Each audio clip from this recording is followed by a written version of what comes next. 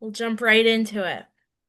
Um, First, we want to make sure that everyone can easily follow along with our training tonight. So, on the next slides here, we will walk through how to turn on closed captionings in case you need it. You can turn on closed captions by selecting the closed captions icon located in the Zoom toolbar on the desktop. On mobile, if you don't see the closed captioning button, you can select the back arrow in the top left of your screen and then the settings cog icon, then meetings, then enable show closed captionings toggle button. If you're having any problems, you can just message us in the chat and we will try to help.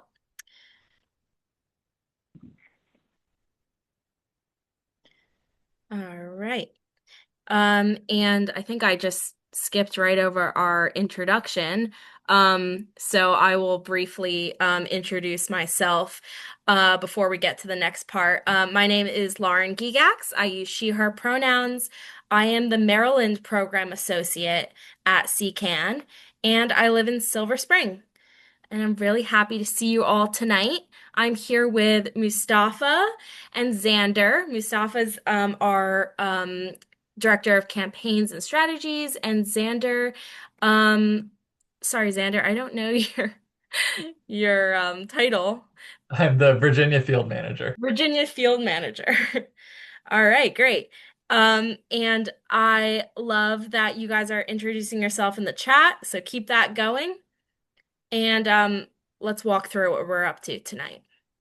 First, we're going to start off by sharing our community agreements. These are norms that we want to establish to build community and help you all make the most of this training.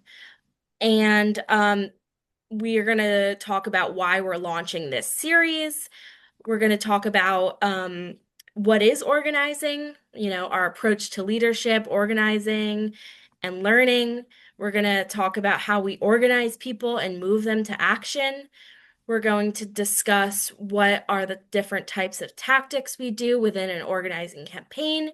And finally, we'll model a story of self, a story that demonstrates why you personally have made the choice to advocate for issues and what you're calling on people to do.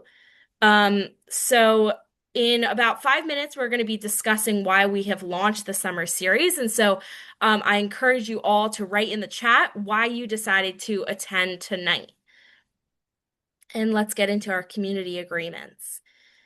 We want to set norms that will encourage participation, community building, and maximize your ability to get the most out of this training.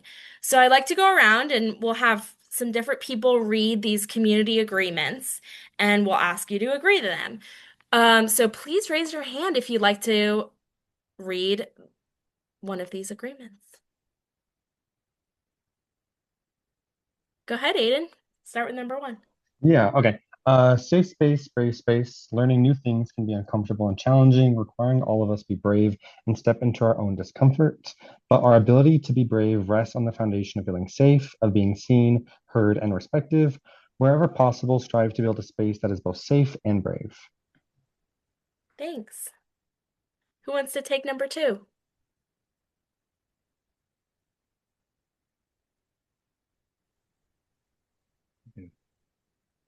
I can do it. Sam. Thank you. I'll read. I'm Jim. I'll read. Can you hear me? Yep. So take space, make space. Be aware of the space you are or are not taking up. Mm. If you have been participating a lot, try making space for others. If you have not participated very much, try taking up more space. Great. Thank you so much, Jim. You're welcome. Let's see. I have your screen name says Jamie. Yes. All right, great. Yeah, can you take number three? Mhm. What's shared here stays here. What's learned here leaves here. People may share things about themselves and their stories that are personal. Let's hold confidentiality for one another by only sharing our learnings, not other people's stories outside of the space. Hmm. Great, thank you. And finally, Jason, number 4. Sure. Be present and lean in, engage meaningfully and authentically in the conversation that's going in the virtual, my apologies, going in the virtual, not the one on your phone. Great. Thank you so much for helping me out with that. All right. These are the norms that we're going to move forward with. Can everyone just give a thumbs up so that we can agree to these community agreements together? Yay! So many thumbs up.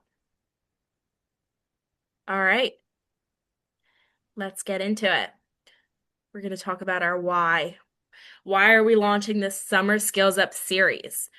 Well, this is a training series for volunteers, partners, and members of the public who want to skill up their organizing to help build a more powerful and organized constituency of people who care about climate justice.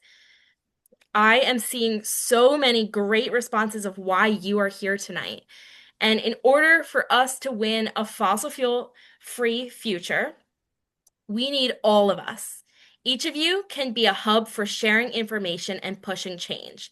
That's why we are doing a training series that brings together CCAN members, activists, partners that we work with. This summer, we are teaching organizing theory, how you can organize people and move them to take action, and how you can demonstrate power. We're talking about relational meetings, which is a primary tactic that we use to build connections with a prospective volunteer and talk about what issues, interests, and values we have in common and how we can work together.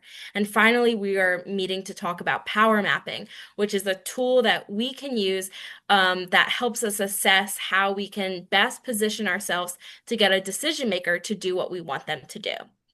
By the end of tonight, you should have some idea of what things are involved in organizing. So, what does it look like to gather petition signatures, to show up to a rally, to create art with your friends, and more? So, which of these activities do you see yourself doing?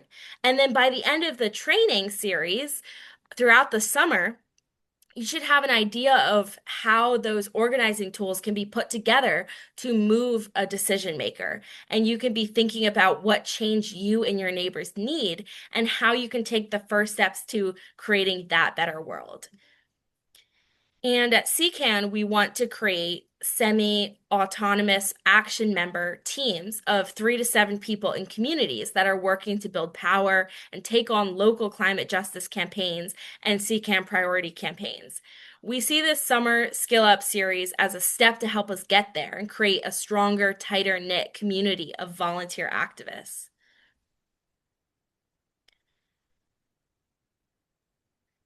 All right. And do we have time for anyone to talk about their why?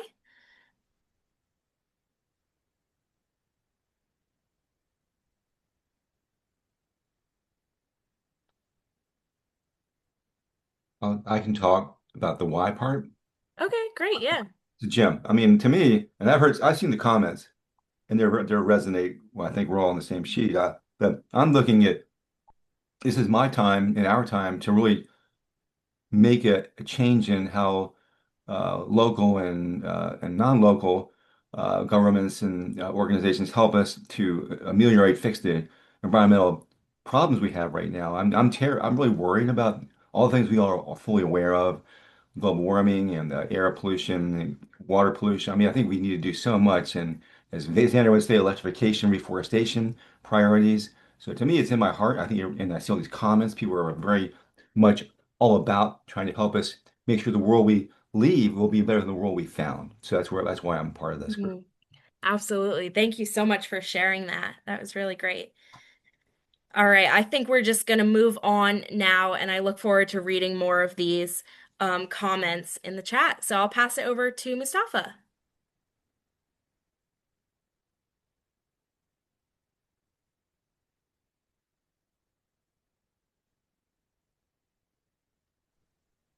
Mustafa, let me pause you. We actually can't hear your sound. Oh, I'm so sorry. All right, you're good now. Mustafa, he, him. I am the Director of Campaigns and Strategies at CCAN, and I support our organizers across the organization. Just really excited to talk to you all tonight. So the first thing is just what is organizing? So organizing can be learned as a leadership practice. It's based on accepting responsibility to enabling others to achieve purpose under conditions of uncertainty. It's identifying, recruiting, and developing leadership, building a constituency around that leadership, and transforming the resources of that constituency into the power they need to achieve their purpose. So what is strategy? I want to just define some terms here. What is strategy? We are often organizing so that we win on issues that we care about, and winning requires having a strategy. And so what is a strategy? The strategy is a theory of how you can turn what you have, your resources, into what you need, power, to get what you want, which is your goal. Strategy is motivated. Strategy is natural, but must be motivated by a sense of urgency and a hope to change it. The process of strategizing often begins when one is presented with a problem or an opportunity, and strategy is motivated by commitment to solve a problem or to achieve a goal. It's also, in addition to being motivated, strategy is nested. What I mean by that is, as organizers, we face big challenges in the world. It's simply not possible to resolve them overnight, and that's why our outcomes are nested. Each time we achieve an outcome, we're one step closer to achieving our larger strategic goal. And the strategy is also intentional. It's important to be intentional about our strategy and tactics instead of just deploying tactics because it's the tactics that we're used to or the tactics that we're comfortable with. We want to be sure that the tactics that we're using align with our theory of change and the current conditions that we're facing. And lastly, I like to think about strategy as a verb. Strategy is not something that we have, it's something that we do. And so, in other words, strategizing is what one does to constantly adapt to new conditions to achieve a clear goal. And so, in some sense, strategizing is something we do every day. If your goals for today are to get your kids to school on time, to complete an 8-hour shift at work, to pick up your kids and get them fed and to bed, you will come up with a plan for how you're going to achieve it. If you do not come up with a plan, you are much less likely to be successful getting that done. And so similarly with campaigns, in 1955, the goal of the NAACP in Montgomery County, Alabama, was to desegregate the school buses. They came up with that goal because, of course, structural racism was at the time, continues to be a major issue. This was the issue that or big problem, and this was the issue that they cut from that problem. And so they knew that in order to win on that issue, they had to make it as costly as possible for the bus company to continue to ignore their calls for desegregation. And while many Black folks relied on the bus system for their daily lives, they organized and devised plans to get where they needed to go, including using their own 2 feet and walking. And over the course of the year-long boycott, their strategy proved to be successful. So what is power? A key dimension of strategy is turning the resources that we have into what we need to achieve change. In other words, we need to build power. And so Dr. Martin Luther King Jr. defines power simply as, quote, the ability to achieve purpose. And I also love that in Spanish, the word for power is poder, which translates to the ability to act. So if we go back to our definition of strategy, which is turning what you have, your resources, into what you need, power, to get what you want, goal, we can see how power connects to strategy. So what are the 2 resources that our campaigns always need more of? They need more of people, we need more money and resources. And as organizers, we're never going to have enough organized money. So we got to organize people because really our power when it comes to the grassroots campaigns that we run relies on our ability to collectively act together. So also that being in relationship with each other, it enables us to paint a picture together of the world as it is versus the world as it should be. And creating the space, where we're using our community agreements to be trying to have conversations virtually or in person and having real human conversations, connecting with each other, is the basis for for identifying our common values and our experiences and working towards this world as it could be. So, I think about the question of, and invite folks to reply in the chat, what climate justice challenges do we currently experience? And why are they urgent? What does a climate justice world look like? Naming simply the world as it is and imagining the world as it could be, it creates tension and it can actually help agitate and move people from a state of inertia or a state of just not being motivated to act to taking action. And so we set strategic goals to get towards the world as it should be, or the world as it could be, and develop a strategy and a set of tactics that can help us bridge those two worlds and help us bring more people into the movement. So this visioning serves as the foundation for our strategy and for our storytelling because it helps us name what are collective challenges? What's wrong with the world as it is? Why is it urgent? Have you experienced this challenge? That there's also some hope. That what's the vision of the world as it could be provides us hope. What are the resources that exist within us, within our people, to create this, to address this challenge? And where and how can people support you? And then also that there are concrete actions that people can take. So that people being able to take actions and a clarity on what those actions are, what are the first steps, gives people hope. It gives people power because power is the ability to act. So I'm going to pass it to Xander to talk more about tactics and our base building tactics. Xander. Thank you, Mustafa, for taking us through our introduction of what is organizing. And now we're going to move towards the tactics and examples portion. So now that we have an idea of some of the theory behind organizing, what do we really, the idea of the theory behind organizing? That is, we need to get people together, build relationships, and then mobilize those people and our shared resources to push a decision maker. That's what we just went through. But what does that actually look like? The first thing we need to do is to gather those people. And to do that, we have to go to where the people are. And that's what we called a base building tactic in organizer speak.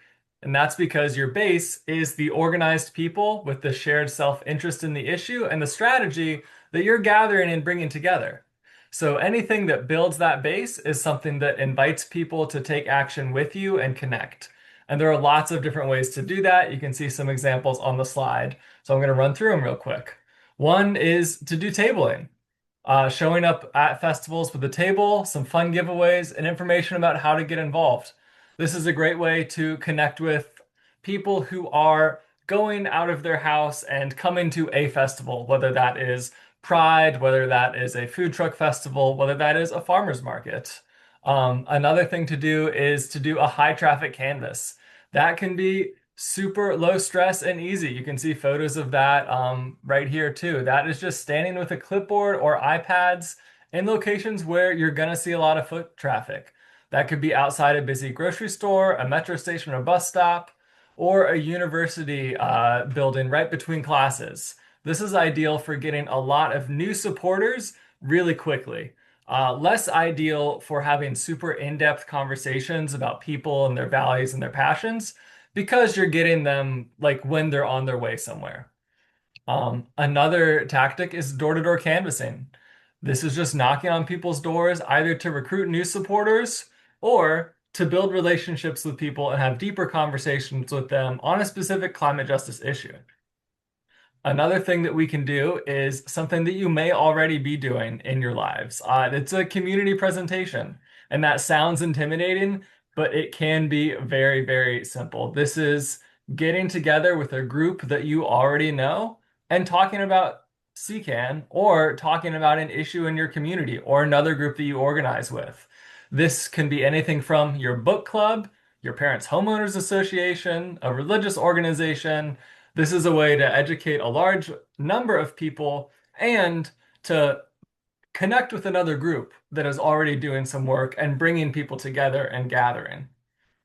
And then after we get all these ways of getting people out together and finding a broad quantity of people in your base, you also want to make sure you have really quality connections.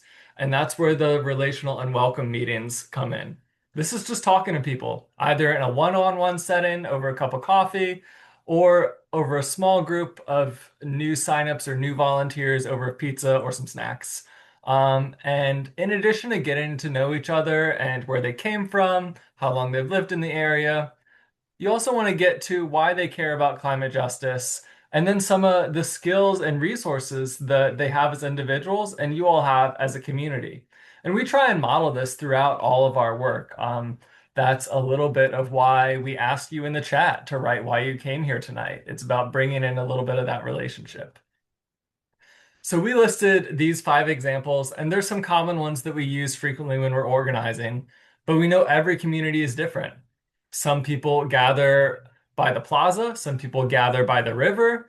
You all know your communities best. So as you think about base building tactics, think about what would work best for your neighborhoods and your people.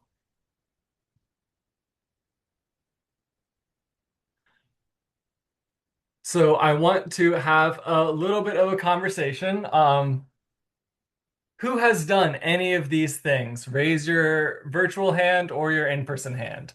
Have you tabled or done a high traffic canvas or knocked on someone's door or done a one-on-one meeting or something else? I see lots of hands going up, and I am so glad of that. Isaiah, can you come off mute and tell us what you did? Are you in a space to do that? Yeah, of course. Yeah. So hi everyone, my name is Isaiah. I'm from Norfolk, Virginia. Actually, this past weekend on Sunday, we had Black Gay Pride in Virginia Beach at Mount Trashmore. I was there with Michelle, who is our Hampton Roads organizer, and someone else from the chat, Angelica. We were actually there tabling. So we were getting out to speak to community members, specifically about our Hampton Roads project we're working on to stop dirty data centers. So we were trying to get more information out into the community, discussing the current projects that have happened in the area, such as the compressor station that was trying to be built in Chesapeake, talks about data centers in Virginia Beach. We were actually able to get, I think it was 60 signatures on the petition to get people signed up in the iPads to send emails to their legislatures.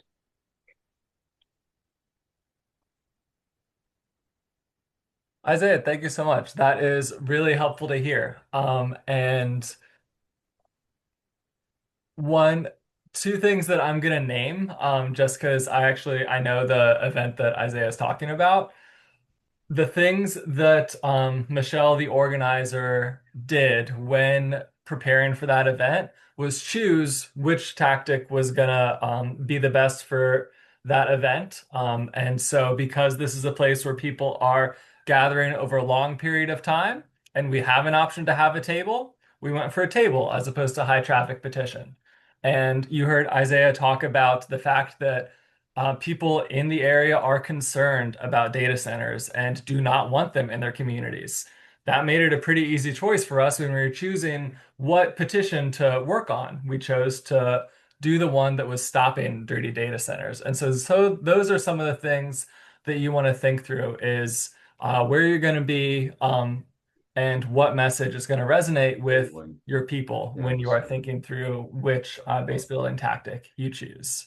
And I wish I had time to go through everyone's example. Thank you so much for doing the things that you're doing. If you have a compelling example, you can go ahead and type it quickly in the chat. If you have something that worked really, really well for you, or something that you learned, you were like, oh my gosh, I'm never going to knock doors again because of XYZ, then we can have a discussion in the chat about what worked well and what didn't. So I really appreciate you all being in here and engaging. But that is one first step. We get people in the door, we get them to sign something and get connected. And then we want to make sure that we have their information. So no matter which of these tactics we're using, we are asking people for their contact information and to sign something, whether it is a petition that we will submit to a state body, or if it's a pre-filled email that will go to their state legislators. Mustafa, you can go to the next slide. And then after you meet someone and get their information, you have to follow up fairly quickly. And you have to give them a clear way to get involved. So the things to pay attention to are the timing. It really does have to be quick. I know that all of us have busy lives, and you all made a choice to come here tonight, and we're so thankful for that. And there are lots of other people who are on CCAN's list and saw this event advertised, and they saw it a week ago and then they forgot. So really following up quickly after you meet someone is really important. And then the next thing to do is to make sure that you're asking someone to do something that they feel prepared to do and passionate about doing. So this requires that when you're having a conversation with the person, you can tailor your ask based on what you learned about the person. If they said they love talking to people, getting out in the community, doing things in person, you may ask them to do a high traffic canvas with you. If there's someone who said they love research, they love being behind a desk, they love digging into data, maybe don't ask them to knock doors with you. Ask them to do the stuff that they're passionate about, connected to a project you're already working on. And if you didn't get to that point where you know that about that person, ask them for a cup of coffee. Ask them to continue the conversation because you do care about them and want to know them more. So that is how we really think through the steps of getting people gathered, getting their info, and bringing them into this organization. And next slide. The goal of building all these relationships and getting people to take action is to make lots of beautiful snowflakes, which is what this model is on the screen. We really hope that this model illustrates the fact that we want people to take on leadership roles, and that actually allows us to be more powerful. So if you look at the top right, this person in our example could be labeled a new signup, like on the top right of the slide. And say we do ask them to do a high traffic canvas, then they would move up to be an outreach volunteer. And then you talk to them about their experience, and you say, thank you so much for doing that high traffic canvas and participating in it. Would you be willing to lead the next one and bring 2 other people with you? And then suddenly there are, after they've gotten comfortable with it and launching the canvas, you can say, thank you so much for launching this canvas. You're doing a great job. You brought these folks with you. You talked to all these people. Do you think you could make sure that we do these a couple times over the summer in your community? And then they become an outreach lead. For those of you who are familiar with CCAN or other advocacy groups, you can either shake your head or put an emoji in the chat if any of this sounds familiar. Some of you have very likely been escalated by a CCAN organizer. And this is really what we want to do, because I and all of us cannot have 50, 100, 250 meaningful, close relationships, but we're going to need 50 people, 100 people, 250 people if we're going to actually beat the polluters and win the change that we need. So that's why we snowflake.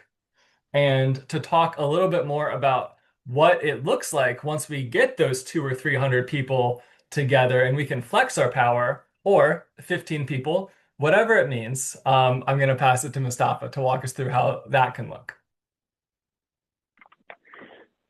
Great. Yeah. So for peak tactics, they are different from the base building tactics because peak tactics are tactics that you use to demonstrate power to decision makers that you are trying to move. So classic examples of these are like press conferences where you're inviting members of the media to come and you provide a statement, you provide them a visual that you want for them to capture on a critical issue at a critical time.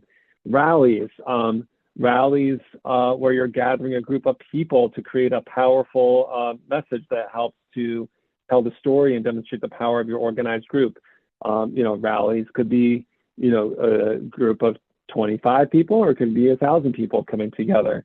The direct actions are actions that you can take that are geared at disrupting the daily functions or business of a particular entity to the extent that you're disrupting enough to shift their interest to engage with you, or maybe you're disrupting a population's life to help raise awareness on a particular issue.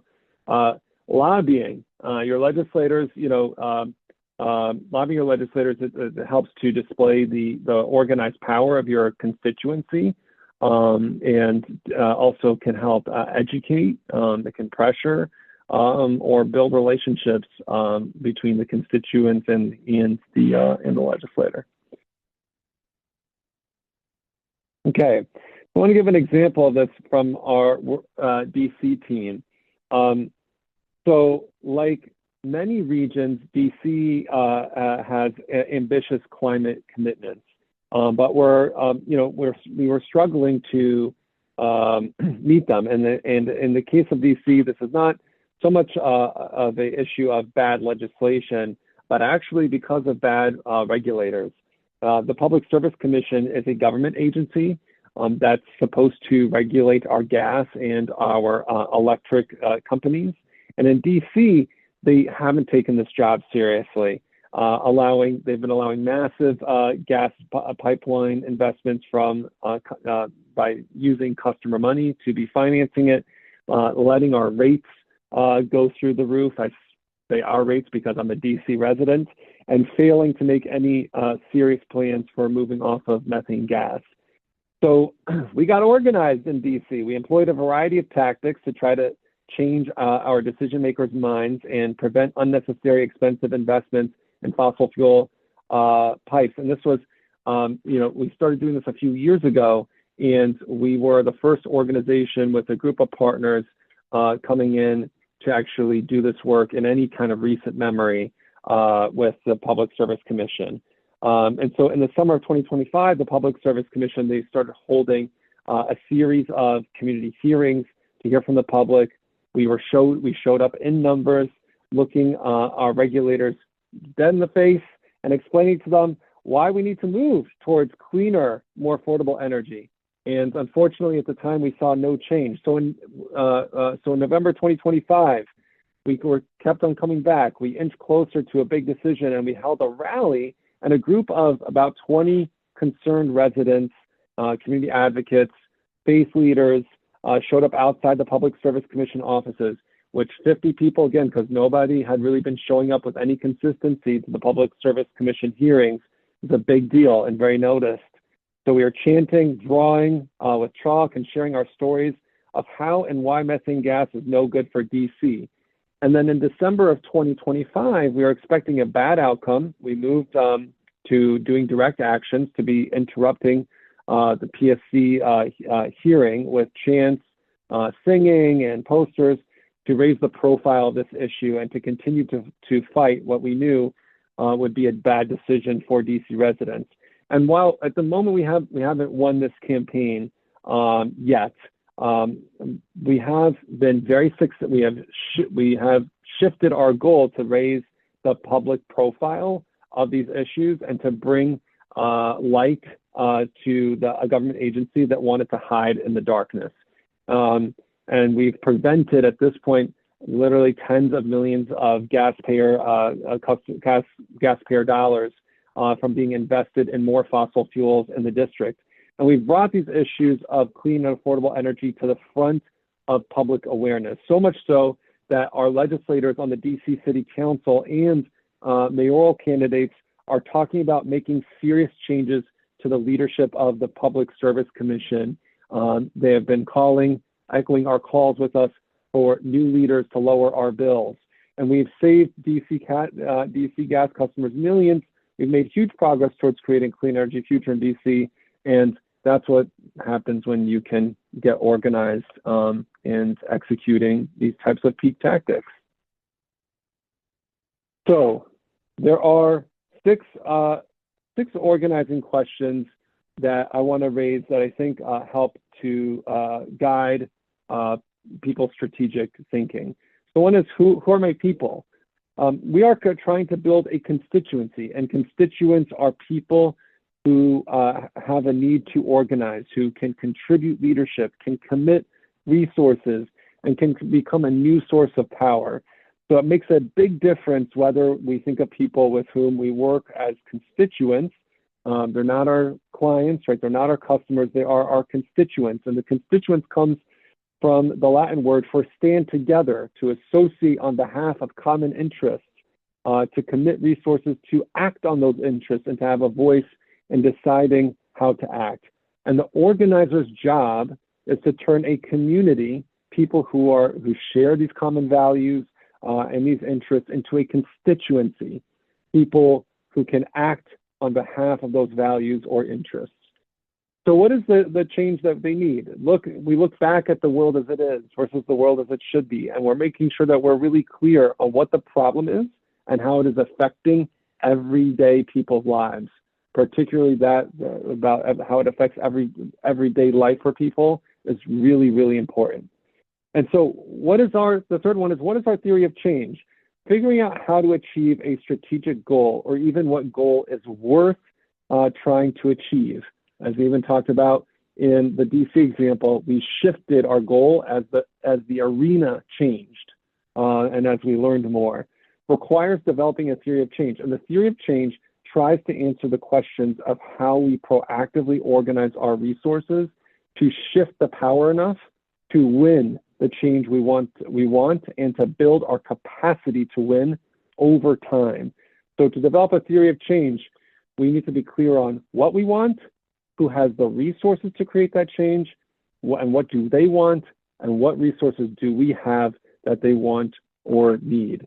And in the case of the Public Service Commission, we realized that the thing that they really liked is to operate in the darkness. And that the thing that the DC City Council didn't like was that they were realizing that the decisions that they were making were not in line with their vision for what they wanted for DC. And so number 4, what is our strategic goal? The strategic goal is an outcome you are building towards that is achievable and gets you one step closer to the world as it should be. A strategic goal has focus, it is motivating to people, it provides leverage, it makes the most of your constituency's strengths and resources, and it builds capacity, and it can be emulated by others, it can be replicated. And then what are our tactics, and what is our timeline? And the timing of a campaign, I'd like to just think about it as an unfolding narrative. It begins with a foundational story. It starts with a kickoff event, and it builds slowly to successive peaks, and it culminating into a final peak as it gets resolved. And our efforts are about generating momentum and creating a snowball effect. And as we accomplish each objective, we generate new resources. As we move through each peak, we're generating new resources, new capacity to do this work. Okay, I'm going to pass it to Lauren to talk for a few minutes about Make Polluters Pay story. Awesome. So for some context, we passed Make Polluters Pay legislation in Maryland last spring. It is called the RENEW Act. And we passed this with support from most Democrats. However, the governor, Wes Moore, surprisingly vetoed this legislation after the legislative session had already passed it. And we needed for Democrats in Annapolis to hold a special session and override the governor's veto. So we looked at who are my people. We wanted to gather CCAN Action Fund members from all over the state and our partner organizations. The change that we needed was that we needed for their communities to be more resilient and adaptive to extreme weather events. And they want for the people who have created this mess to fund the solution. So that was the core of the Renew Act. It would study the cost of extreme weather events to Maryland. And our theory of change, if we got the support and endorsement from several dozen legislators to support overriding the governor's veto and call for a special session, if we received that along with the support from most Democrats on key committees, we would be able to create pressure on Democratic leadership to put us in the best position to get them to hold a special session. And our strategic goal was to get Democratic leadership to hold that special session to override the governor's vetoes. So some of our tactics that we used for base building, we did high traffic canvassing in key legislative districts all across the state. We hosted educational events, as well as speaking at meetings and events to spread the word about the Renew Act. We did tabling in community spaces throughout the state. And we hosted several lobby and storytelling trainings to help people get the skills to help them form lobbying teams and go and talk to their legislator about getting the Renew Act passed. Our peak events, we had constituent contacts, so we drove a high number of constituents from our membership list to their legislators who were not responsive and gave non-answers after the veto session. And we had volunteer lobby leads to drive the high volume of people into the General Assembly.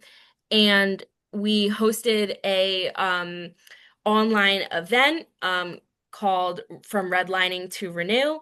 It was a really creative event with climate justice champions that connected the dots between how redlining has affected Black and Brown communities in the past and how this has put them on the front lines of the climate crisis. And we have also done lobbying in districts. So we organized over 25 virtual in-district lobby meetings where people demanded a veto override. So we were able to look at the timeline there.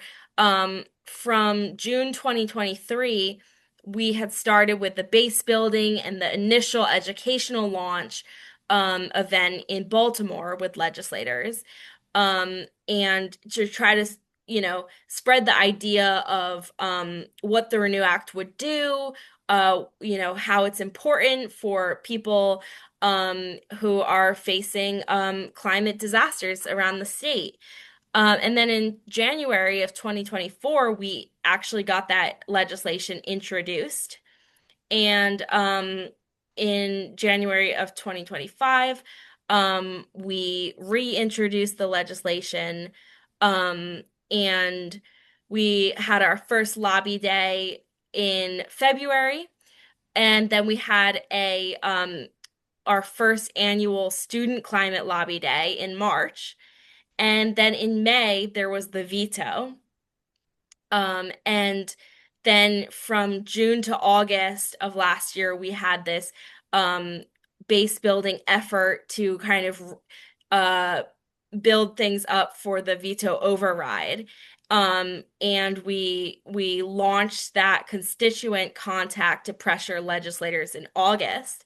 And then in September, we had a lobby training, and we continued constituent contact to pressure legislators. By October, we had another lobby training. We did that Redline to Renew event. We had in-district meetings.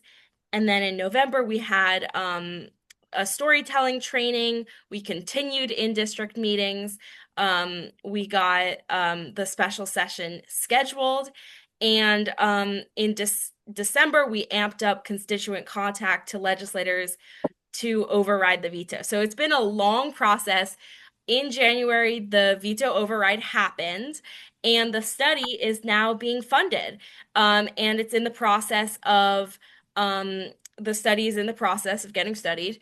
And so we're going to continue this campaign on, and we're going to bring it back next legislative session. And when we have that finalized number of the cost of the climate crisis or the cost of climate disasters on Maryland, we can bring it back and get the one-time payment from these fossil fuel companies that have caused these disasters. So that was a lot. But you can see that you have to strategically think through, step by step how to,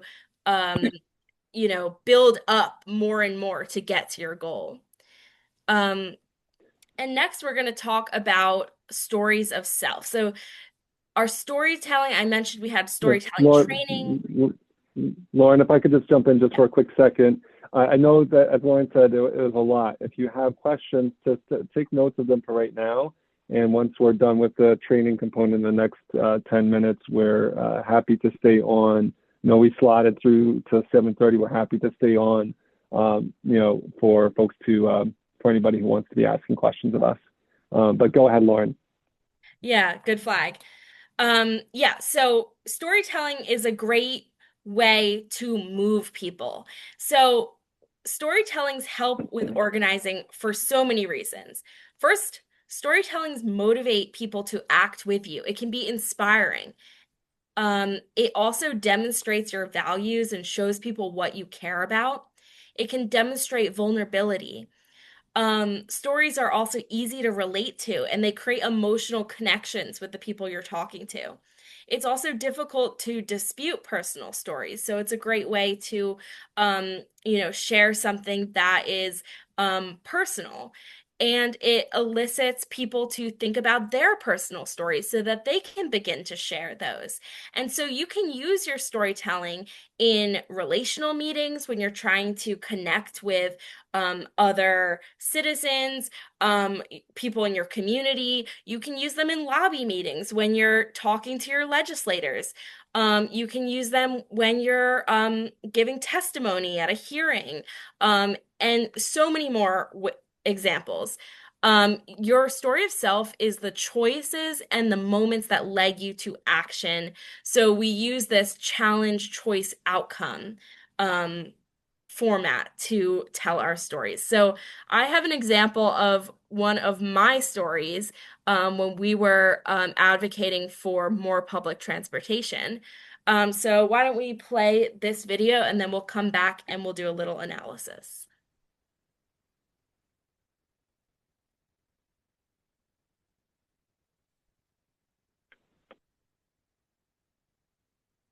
Hi, everyone. Here is my story of self advocating for clean public transit. I was raised in the Philadelphia suburbs, where my family used the regional transit lines to get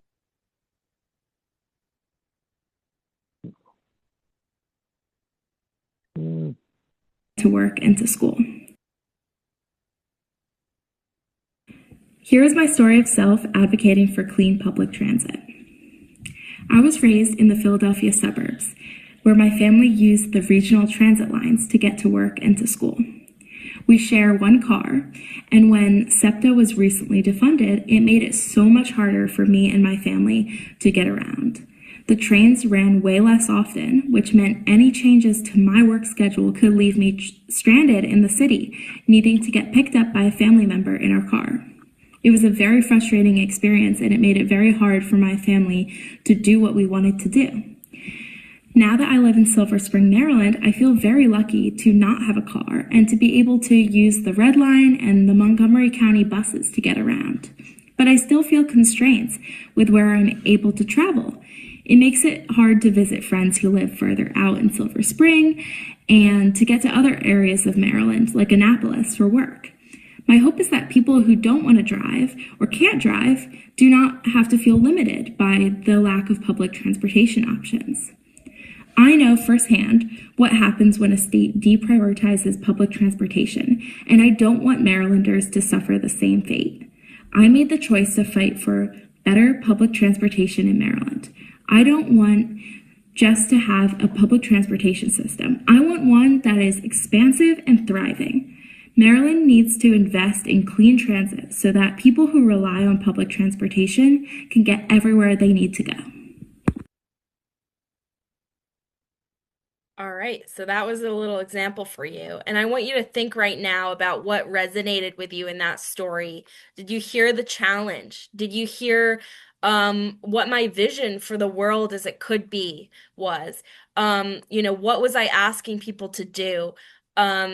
Did you feel did I talk about emotions? Did I move you in any way like that? So feel free to write in the chat some comments, what was good, what was bad. But for the sake of time, we will move right along. Yeah, and I want to particularly just invite folks to think about what resonated with you and why. I think that's the way I would summarize the questions, but what resonated with you and why?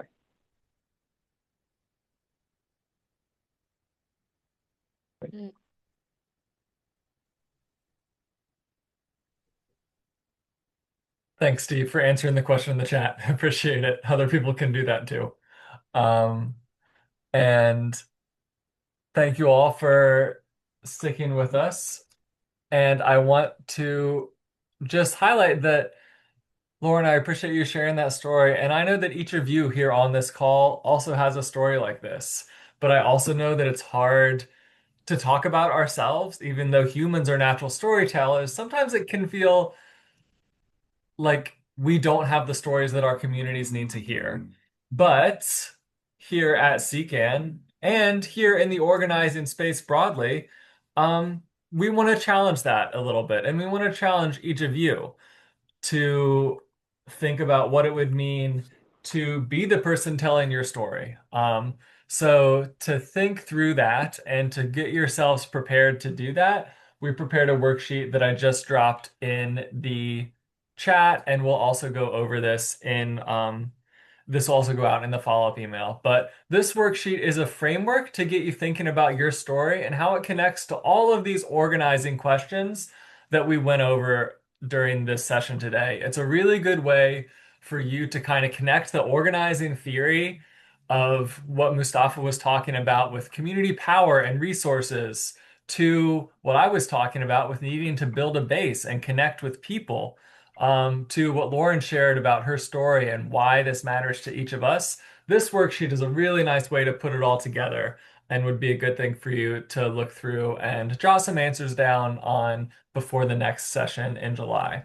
It'll get you thinking about our challenge with what's wrong with the world now, why is it urgent, and how has that impacted you? What hope there is for the future, what our vision is for our communities in that future, and then what's our first step to get there? So those are the things that would be great for you to work on over the next month. And in addition to that, we also always want to remind you that we're doing this Summer Skill Up series as a series. On the page you signed up for today's meeting, there are two other meetings. One is our next one is Tuesday, July 7th, starting at 6 o'clock again.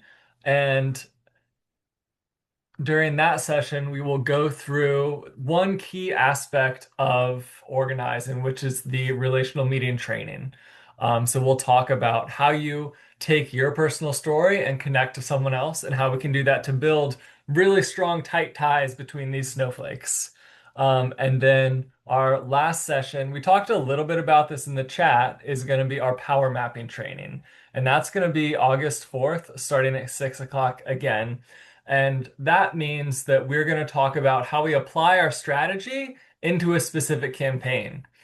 We know that we want to make polluters pay for climate disasters they caused, But how do we do that in our communities? Who are the decision makers who actually have power to give us that future? Do we have relationships with them? Who do they listen to? Donors? Their constituents? Us? How do we move them? Do they already agree with us, or do they really need to be pressured hard? All of these questions are what will help guide you through in early August. And hopefully, you'll leave today's training, July and August, with some introduction and introductory tools for organizing in your own communities. So that's the QR code on the left. I'm going to drop it in the chat again. And then the other thing to do is if you are new to CCAN and are like, this sounds really cool. I would love to connect with you all and do more in CCAN as an organization. Go ahead and click that second link, climate action, and take our quick survey. That'll mean that after you share a little bit about your skills and interests, an organizer will quickly follow up with you. So make sure to mark that as something to do if you're curious about getting more involved. And then the next few things that I want to do are just highlight the fact that we have organizers across the DMV, and all of this will go out in the follow-up email. So you don't need to grab the notes really quickly. But Mustafa, if you could run through the slide to just show where we have organizers over the next few slides. So we have organizers in DC, organizers that work on federal issues. So that's if you are from outside of the DMV. If you're in DC or Prince George's County, there's also an opportunity to get involved specifically to work on vines. We also have organizers across Maryland and Virginia. And we would love to connect with all of you. So if you missed that on your slide, no problem. It'll go out in the follow-up email. And I'm going to kick it to Mustafa to close us and open questions. Yeah, great. Thanks so much. Thanks so much, Xander. I'm going to stop my screen share, and so folks can see me and I can see the lovely people much more clearly. Yeah, so you should expect a follow-up email tomorrow coming from my email, and just really appreciate everybody coming on to this training with us. We are, really excited to be meeting the moment with you all, particularly on our climate justice issues in this moment. I know as a DC resident, we have now some of the highest utility rates in the country. They are skyrocketing, and I know that we also are facing in Maryland and Virginia the ongoing and increasing threats that data centers present to us. And we're also at the same time facing right now. Last week it was extreme heat in our region. I did read a story about somebody dying from extreme heat last week. So we're in this moment where we're facing a nexus of crises that are impacting our climate, where climate justice sits at the intersection. And we need as many people as we can get involved into this movement to have it be a leaderful and a people-led movement. So just really appreciative of folks stepping into this moment to take action. So I want to, we had set aside until 7:30 for this training. We've gotten through our content, so I want to invite folks, if you would like to hop off, you're welcome to do that. But I also want to invite folks who would like to stay and talk and raise questions to do that with us. And folks could feel free to raise a hand. Yeah, let's go with raising hands since there's a lot of people on the call. If you would like to, talk.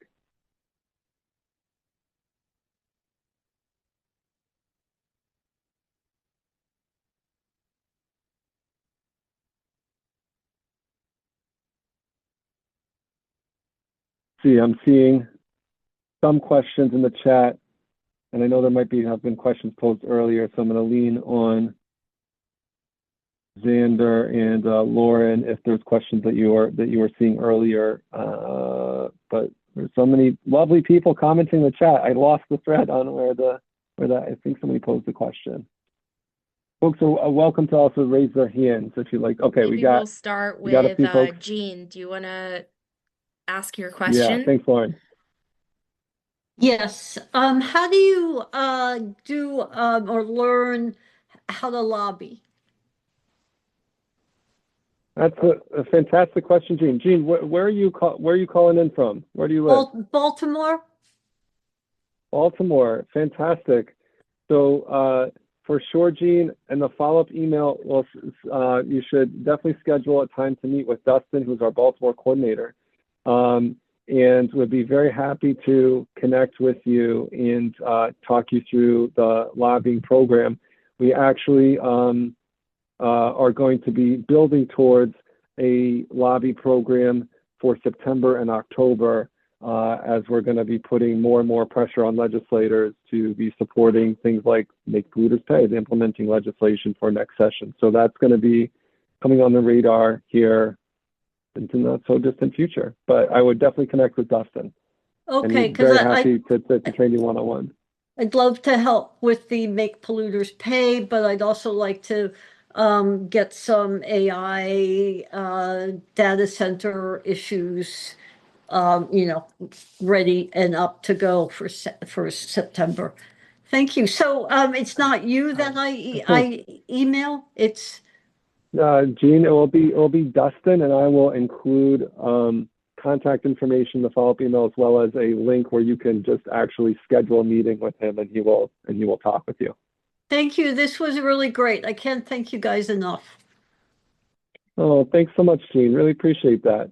But Lauren or Xander, are there any other suggestions that you have for Jean in terms of resources, how, learning how to lobby? Anything else you want to add to that?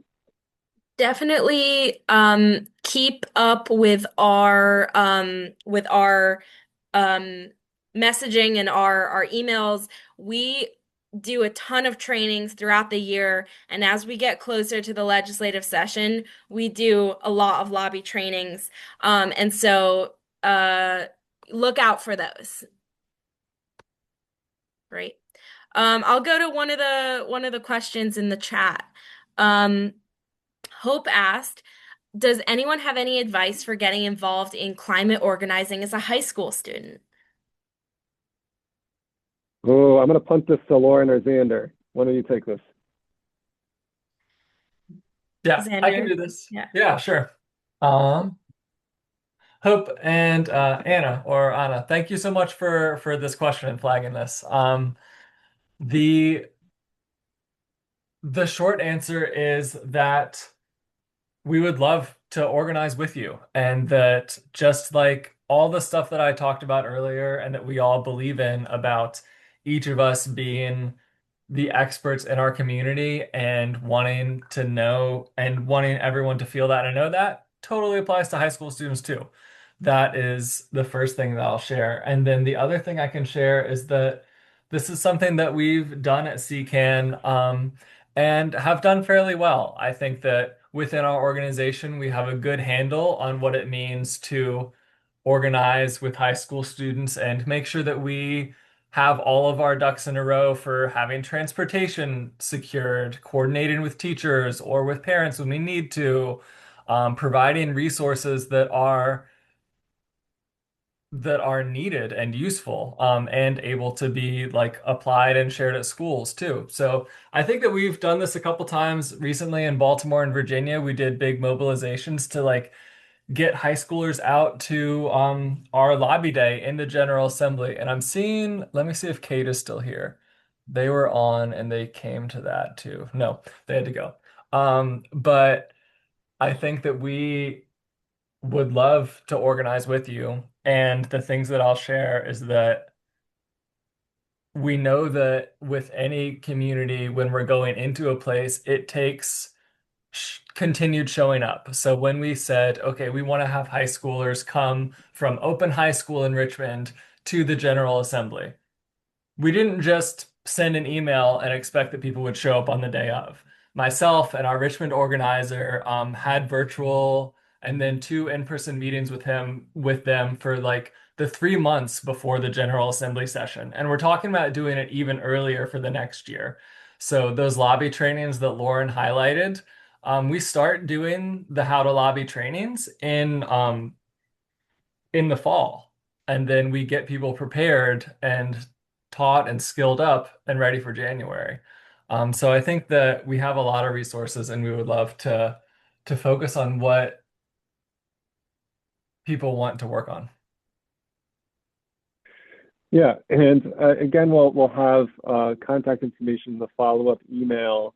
Particularly, I would say in summary for Maryland and DC, if there are constituencies of high school students or high schools where you want to be getting more students activated, reach out to me, and I'll be very happy to talk with you about how we can do that. And then Virginia, reach out to Xander, and we'll make the connections. We'll provide the resources and make the connections to make that happen.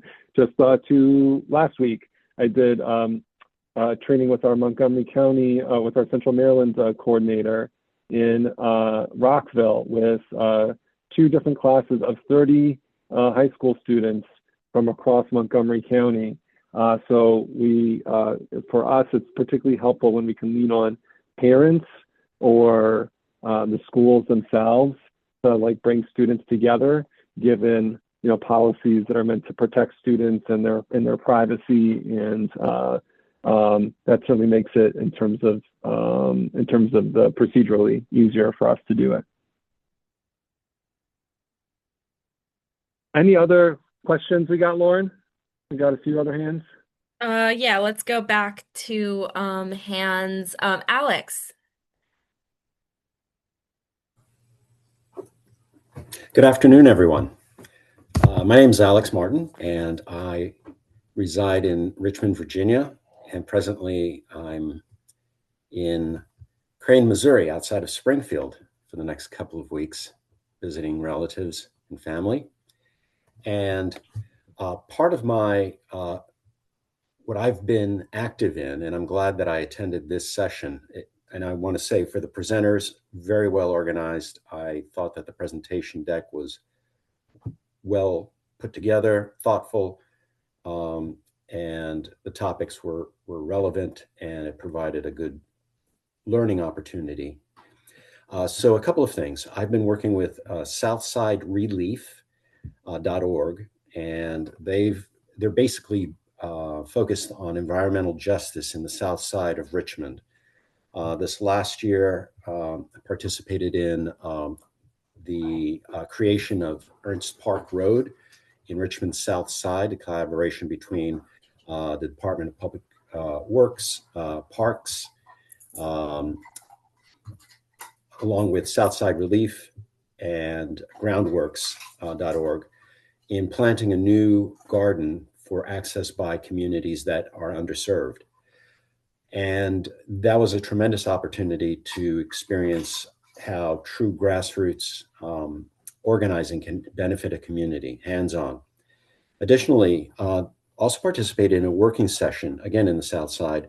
The Science Museum of Virginia, in collaboration with NOAA, developed a building climate resilience, specifically for Richmond, Virginia, but it can be adopted for other areas. The material is free. The workshop is free. All the digital and physical materials are free. And again, if anyone's interested, reach out to me. It's a great workshop based on community input. Then also to share with everyone, in the chat, I put together a link to, and I'm not sure if folks are aware of new legislation that is going to be presented to the 2027 Virginia legislature, the Virginia Bottle Bill, which pushes the responsibility back to producers of plastics and bottles and cans. And it's a great initiative implemented in New York, the Northeast, many of the states in the Northeast and West. And we're hoping to get that passed here in Virginia. You can help sign the petition. And then Lastly, there was something else that I wanted to share with everyone.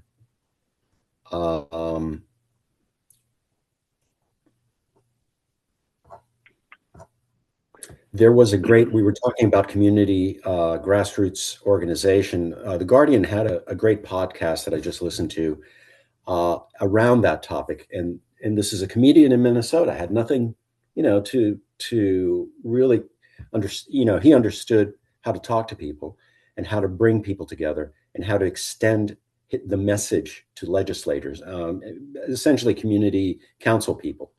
And it just basically chimed in or dovetailed into what was spoken here today. So I want to thank everyone for that. So thanks, everyone. Alex, thank you so much for sharing all of that and the wonderful resources. And Alex, do you know, are you connected with our Central Virginia organizer, Dolly? No, I'm not. I signed up for Xander's meeting tomorrow, but yeah, I would love to connect. Well, Xander, I don't know if there's anything else you want to say in response to Alex, but it seems like a great opportunity to continue to build a relationship and to collaborate.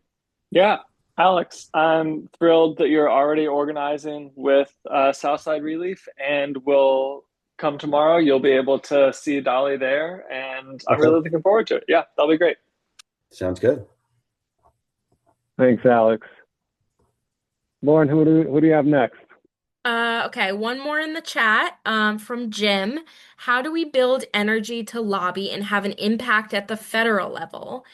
And could CCAN partner with other groups to build a larger coalition and build our power to affect change? Two different questions from Jim. Great question. And do we know where Jim resides? What state? Alexandria, Virginia. Jim, can you hear me? Oh, Jim. Oh my goodness. It's so nice to see you again. Me again. Yeah, Jim came to our new member orientation last week and has been doing lots of great volunteer work in Northern Virginia. Thanks for hopping in with that question.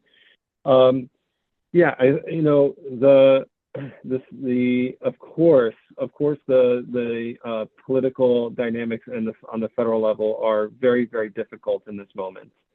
And I think that three things we're primarily working on the federal level.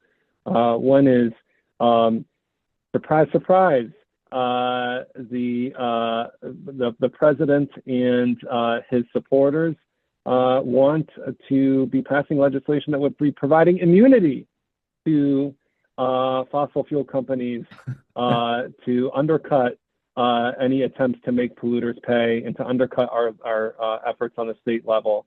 And so there's that piece. Secondarily, they've also related to climate and extreme weather, been attacking FEMA and cutting funds from FEMA. And as you know, as probably everybody is aware on this call, President Trump has in many cases not been deploying FEMA resources to particular communities, largely in states that voted for Harris. And most recently, or not most recently, but probably the most high-profile example of that is in Maryland this past year, where there was a serious flooding and mudslides that were happening in the western part of the state that significantly voted for Trump, and Trump refused to send any resources to help the communities out there. So there's that piece of it. There's also we've been advocating for the funding of solar geoengineering, just research, to be testing that and to determine if this is even a viable option at all. That's probably the place where we're certainly in the most proactive position to be doing something that we think is good on the federal level. And so I think, particularly Jim, I want to invite Xander to add to that in the Virginia space. But if this is something that you are interested in, particularly doing some organizing to produce constituent contact or to try to lobby legislators on the federal level. I think definitely talking to Xander and to Ting to see if there's other volunteers that are interested in that, and we can make connections with our federal team to make that happen. And they always love to have our volunteers come to Capitol Hill and to take them to meetings. I like to do the ones. I'll just jump in. I'm all about that, and I won't tell you your time here. I'll say that Citizens Climate Lobby, Sierra Club, Southern Environmental Law Center, all these groups provide increased CCAN's power to affect change at that level. So yeah, I'd love to I like to help out in that capacity if I can, because I think that's important to all the things you already mentioned, to affect some change, to push back on those idiot things you mentioned Trump is doing. So thank you. Yeah, please follow up with Ting, Jim, and and I know Xander will communicate the interest to Ting as well. Thank you. Any other questions, Lauren? Yeah, Steven, go ahead. So actually I had a specific question. I think Ting is the organizer in the neighborhood near me. I am not able at all to meet with him during the day. Are there any evening or weekend hours that maybe I could contact him about? I'm going to give this question to Xander. Xander, you want to respond? Yes, hi, Steve. Steve and I were on the same freshman hall, and it's fun to see him here. Yeah, Ting, one great thing about the Northern Virginia team that is happening in Nova, and we're working to make happen in a lot of the rest of our action teams across CCAN, is that it's not only Ting that you get to connect with. So folks like Jim are also on the team, and some other folks on this call. And there is a internal organizing subgroup of the local volunteers. This is, I think, a really clear example of the snowflake working in a really good application of it. So if you reach out to Ting and say, hey, I can't meet with you during the workday, Ting is going to respond, and she's going to loop in all of the, I think, 4 to 5 other volunteers, and they all have a Slack message together, and Ting will say, okay, great. There's this hot new lead of a volunteer named Steve. Who can meet with them? And then they'll work that out together. So that's actually one example of how at CCAN we're really trying to build that leadership across. So the short answer is you can reach out to Ting, and they will connect you with someone who can meet in the afternoon or when you need to. And the longer answer is Ting will probably also meet with you, would be willing to make time to meet with you at your schedule too. But we have lots of options and ways to get connected. Cool. So, and was his contact information? I know there was the QR code that I scanned. That just took me to his calendar. Was there like an email? Yep. Yeah. Ting uses she, they pronouns, and it's ting@chesapeakeclimate.org.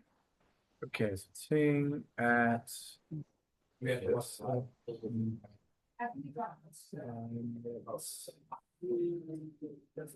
Great. Thank you. Yeah. What's everybody? Thanks so much, Steven. Yeah. Lauren, do we have any more questions? Let's see. Okay. I'm not seeing any more let's see, there might be one more in the chat. Mac, you have one. Could I get slides for that session? Yeah. So, if you are, you can't make any of the other trainings that we have in the summer series, feel free to RSVP anyway, and then we will have you on our list for our follow-up, which we will provide recordings. And the one thing I would add to that is particularly for the relational, this one was a lot of us sort of lecturing and talking at people. The relational meetings is going to be a highly interactive, it's a practice. It's both doing the theory and doing the bulk of it will be practicing. And so if you're not able to make the relational meeting to really want to sort of learn that, I would encourage you to, coming out of this conversation, when you do the follow-up email, go ahead and schedule a meeting with the organizer for July, and you can, after the training, and you can check out the recording. You can sort of glean the theory, but it's going to be really important to like do the practice and to be sharing your story as a way of seeing whether this is a skill set that you want to be employing. And don't shy away from it. Do the practice. Do the practice.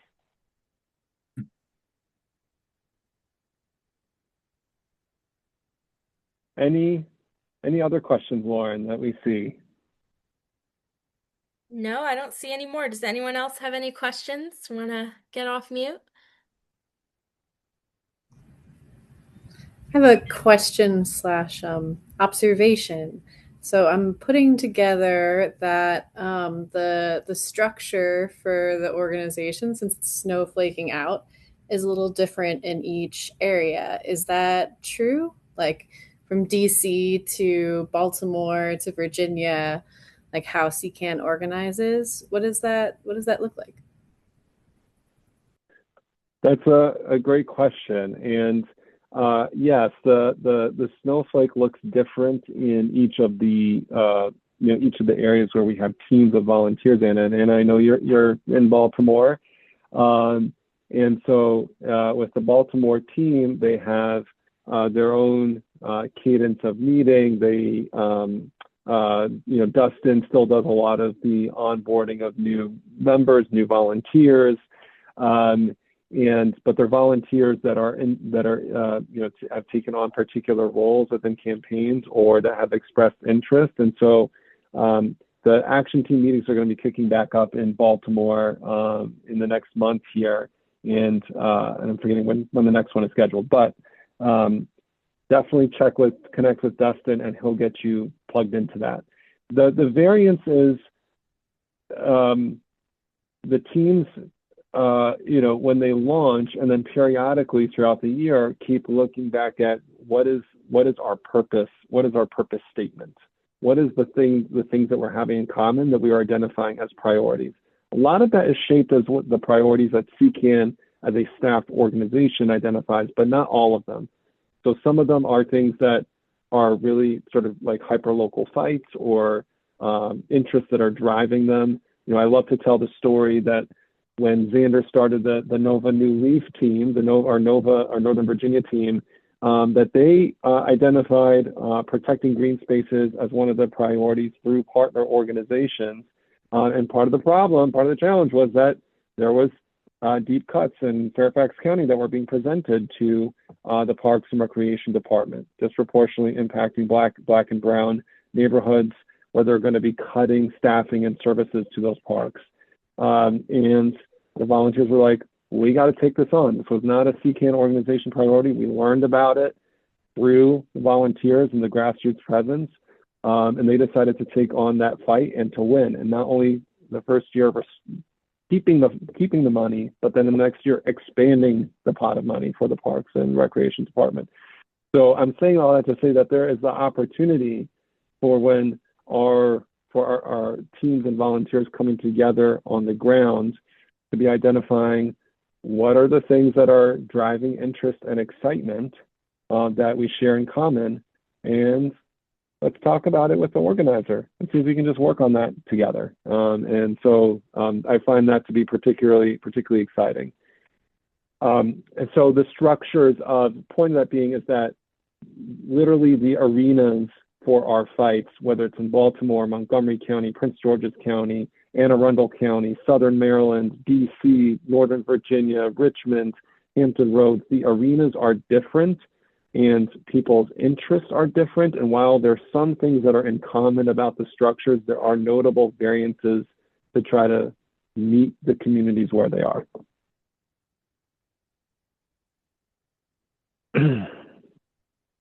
Yeah, each snowflake is unique. Thanks, Sander. Any other questions that folks have?